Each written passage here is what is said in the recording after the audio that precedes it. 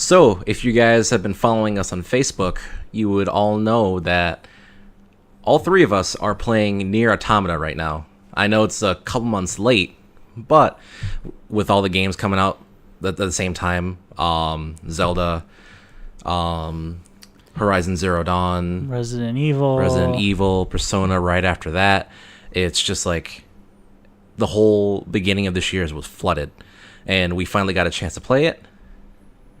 What do you guys think so far? That soundtrack, it is so good, especially like the area.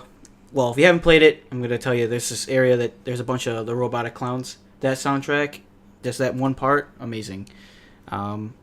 Just the gameplay is great. I love it. I enjoy it. The story is really good. I've done through the first playthrough already. I'm going to my second. I don't know about you guys, but what are you going on? I'm still on my first. I'm like 10 hours in. To be honest, like so far my favorite part of the game was the initial like beginning of the game, just because you're playing one game but playing all these different types of game built within this one game all at the same time, and it blew my mind. You're jumping from like just camera behind you hack and slash to side scroll hack and slash to top down twin stick shooter, just like seconds between each other is just, it's ridiculous and it's amazing. Like I can't believe no one thought about doing something like this before. Yeah, the gameplay is so good, and like Nick was saying, I am in love with the soundtrack. Just how they apply the music in different situations. Like if you do a mission and you fail the mission, you have to go tell the person that you accept the mission from that you failed it, and then the music gets just all like somber and sorrow, and like you just get hit with the truck of feels. It's like, oh man, I really failed this person. They really make me want to redo this and restart. Yeah, and besides that, just like the character models, the game, it's not like high fidelity, like realistic looking graphics, but like just the art direction that they went with the game, it just looks stunning. It looks amazing, and the main character is Bay. I mean, the story is just fantastic. I mean, once you get to, you finish with your first playthrough and you'll be like, wow, I want to play again. Like Scotty told me there was multiple playthroughs, and I was like, okay, I just beat it. It took me about 10 hours. And I did a few quests, but going in now to being that next character, like, it just changes the whole game. Yeah, so I am near the end of my second playthrough. Kind of a spoiler, not really. When you first think you beat the game, you're really only beating the first half of the game. And then they put you into another character's perspective. And then after you beat that portion of the game, you get the rest of the game. You just wait. It's good. No, I'm excited, and I've been doing like all these different side missions, and I know you said like that kind of stuff carries over. Mm-hmm.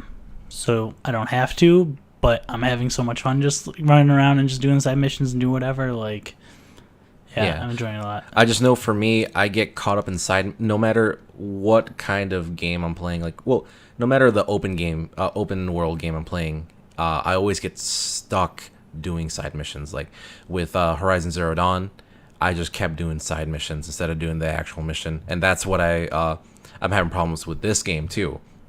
But now that I know that I can after I beat whatever side mission, it'll carry over to the next playthrough, and so that won't even pop up. Yeah, I mean, a couple of the side missions are, they're okay. There's like one where you have to get pictures, like certain parts of the map, and you have to get these memories and then give them to somebody, and they're just like more tedious than anything. Because I was watching you play, and there was one part where you couldn't even get it to pop, so you like had to run around a bit and then go back, and it's just some of the side missions are okay. I mean, a lot of them are pretty good, but yeah, well, they're side missions for a reason. Yeah, like there's only so much they can do to add like side missions with a lot of depth. Yeah. So from what you're saying, if I do the side missions now, then you're not going to be able to do them again as the new character, even though because these are both playthroughs are supposed to be happening at the same time, kind of thing. Yes. Like, so you're seeing all the same events, but from the other person's perspective. Yes. Okay.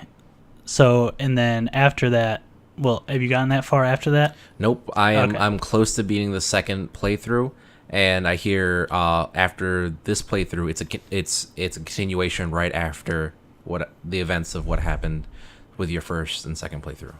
Okay. Yeah, and the other thing that I love about this is the kind of like the whole user interface, and then how they work it kind of makes sense of everything that's in the game, because you're playing as an android, and you have the ability, you can only equip a certain amount of pretty much skills, slot points. You can buy more and make more room for that, but what's so cool is that you have kind of like an operating system. It takes up part of that skill accumulation. So, but what's cool is you have the option to kind of delete those things, like having visibility of your experience, having visibility of the map HUD, and health, how much damage you're doing. So, I mean, realistically, you can get rid of those things and make it kind of annoyance on yourself to not be able to see those things, but you're making more room to give yourself more power-ups and skills, which is also really cool. I've never seen a game do anything like that before. Yeah, it's definitely very interesting what they did. Just because as an Android, you have a chipset, and in the chipset, like Jared was saying, you can get rid of a lot of the clutter in your UI that you don't use, or if you just want to make space for other abilities, because in that chipset you can add in defensive attributes, offensive attributes, healing attributes, and just things like that, and it's really cool. Yeah, I've never seen anything like that either. Like, this game does so much, it's insane. Yeah, and I know this was like a kind of like a sequel, or related to a game also called NieR that came out before. Did Platinum do that one too? No. Okay. So yeah, I mean, I didn't really know anything about this game, and then I'm listening to reading all these different articles and listening to multiple podcasts, and everyone's playing this game and saying like, this might be my game of the year, and that's when I was like, and then I saw it on sale at Best Buy, and I'm just like, all right, I'm getting it. So yeah, actually, Nick was the first one to buy it out of all of us, and he's like, it's on sale right now, you should get it. And I was like, I have been dying to get this game, and I finally have the free time after playing all the games in my backlog. I'm gonna do it. So I've just been hooked. Like every free night that I have, I've just been playing it, and the story is just so good. I can't even go on more about it. It's like I have nothing but good things to say about this game right now. And that's the thing. Like, I don't really usually play a lot of those type of games. I mean, I like hack and slash. What do you mean those? They're not those type of games. But no, I literally watched a couple YouTube videos and like people playing it. I'm like, okay, this looks really interesting. And like you said, it went on sale, and I'm like, I'll give it a shot. I got nothing to lose. And then now I'm like, why didn't I buy this earlier? But having Zelda to play. You didn't have a PlayStation. Yeah. Touche. Yeah, I really love the fact that what Platinum did with this game. The combat system is amazing. I love hack and slash games, and Platinum is pretty good at doing that type of game. And then how they worked with the twin stick shooting, I wasn't expecting it going into this game. I thought like maybe just like the first mission, just right when you first start out, that's what you're doing, but they keep sprinkling that in like every so often, and it's just like, man, this is sweet. Yeah. So yeah, guys, all three of us recommend checking it out. I'd be very surprised to really hear anybody say that they didn't like it, just because there's so many, there's so many different things to offer in how you play the game and what you do. Unless you like just completely despise hack and slash games, then I'd think that you'd enjoy it. Yeah, for sure. It's definitely gonna be on one of my top games of the year. That's for sure. Agreed. Check it out. So before I started playing NieR, I was able to finally finish playing Prey. I went back and finished it up.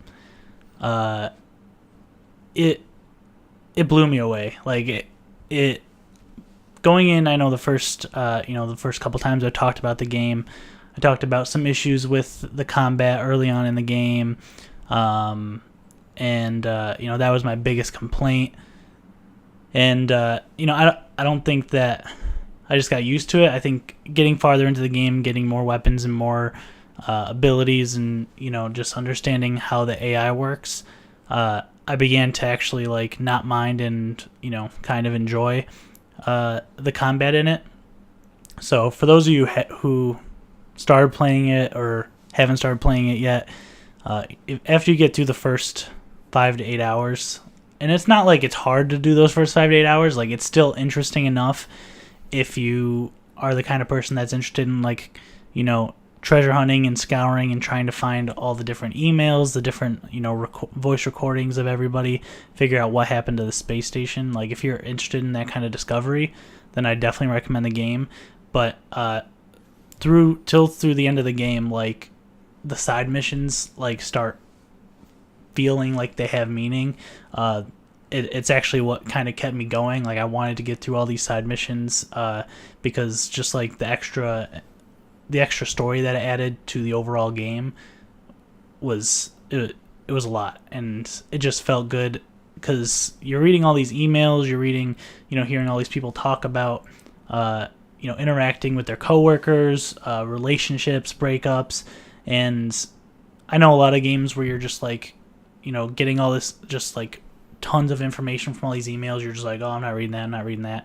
I read every single email in that game. I listened to every single voice recorder in that game, and I started knowing all the characters' names, people you don't even actually see in the game at all. You may find their dead body eventually, but you never interact with them at all, but you understand how that character is just from how they were interacting and emailing with these other characters.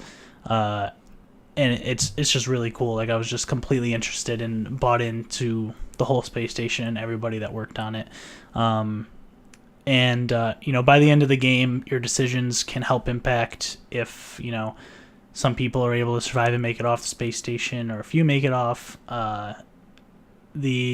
The ending almost, I'm not going to spoil what happens, but there was more that I wish was there for the ending, but it's similar but not on the same level as a Mass Effect 3. It's a very similar ending no matter what, but how you kind of interpret it is dependent on what decisions you made, and it was still cool. So for any of you guys that are BioShock fans, Dishonored fans, and you like that kind of game, it's really it's its own game. It doesn't feel like a clone of either of those games. It definitely comes into its own at the end, and I'd recommend it. So Yeah, so you're saying it takes 5 to 8 hours to actually really get into it. From what I've seen in the reviews I've read and watched, it just seems like this game would have been better if they kind of left it just as a space exploration game instead of it would have been better if they just left it as exploring and just take out the combat. It just seems like the combat was kind of seemed a little secondary to this. So in that first 5 to 8 hours, I would have completely agreed with you. But by the end, they could have done it better and made it so it felt more natural and but throughout the entire game, the combat is what and the enemies is what kept my heart pounding, just because you have these mimics that could be any object. You finally go into a new room you've never been into, and you have no idea what's going to be in there. So otherwise, I'd just be running around looking for everything, which is still cool. Even if that was the full game and there wasn't any enemies, and you were just kind of all these people are dead, let's kind of walk through and figure out what happened, I still would have loved that game, I feel like. But at this point, finishing the game, if someone said oh, would you rather it still keep or leave the combat out, I would keep it, just because it kind of gives you that that nervousness and unknowing of what's going to be around the corner. So and that kind of keeps your heart pounding and keeps you kind of interested in throughout the entire game. So no, that's interesting. And then there's also the case where that Prey came out with a lot of bugs. I know it was more fleshed out for Xbox, but on the PlayStation Pro, it was non-stop frame drops Yeah, to frame where it was drops basically like game. It was game breaking. and controller lag. And something like that for me, like since I have a PlayStation, that would be I would just put it down, return it, trade it in at that point. Yeah, I mean, definitely, I would have been very frustrated if I was dealing with that. And there may have been issues with the Xbox, and that's maybe why, in the beginning, maybe the combat did seem weird. I don't know if the update that they did had changed anything like that on the Xbox. But like I said, I put it down for like 2 weeks, and then went back and finished it.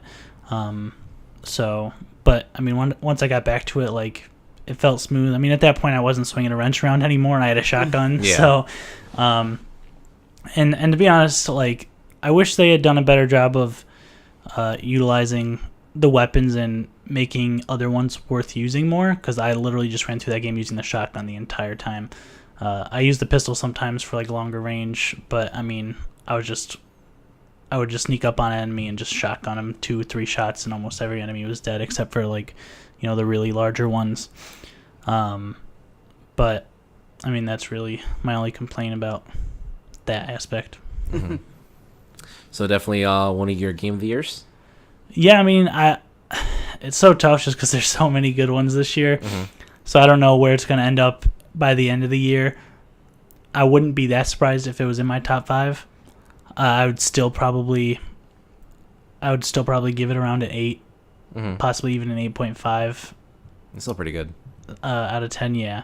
And I mean, and it gave me over 30 hours of gameplay. So I was happy with that. Yeah, I mean, there's still so much coming out, so better clear up that backlog. I still don't think the second half is going to be as good as the first half of this year. Oh yeah, no, yeah. This first half of the year has just been so loaded, and the fall season and the winter season, there's a couple of good games coming out, but definitely not as much as like the March April. Yeah, this year that was ridiculous. I'm so broke. Never again.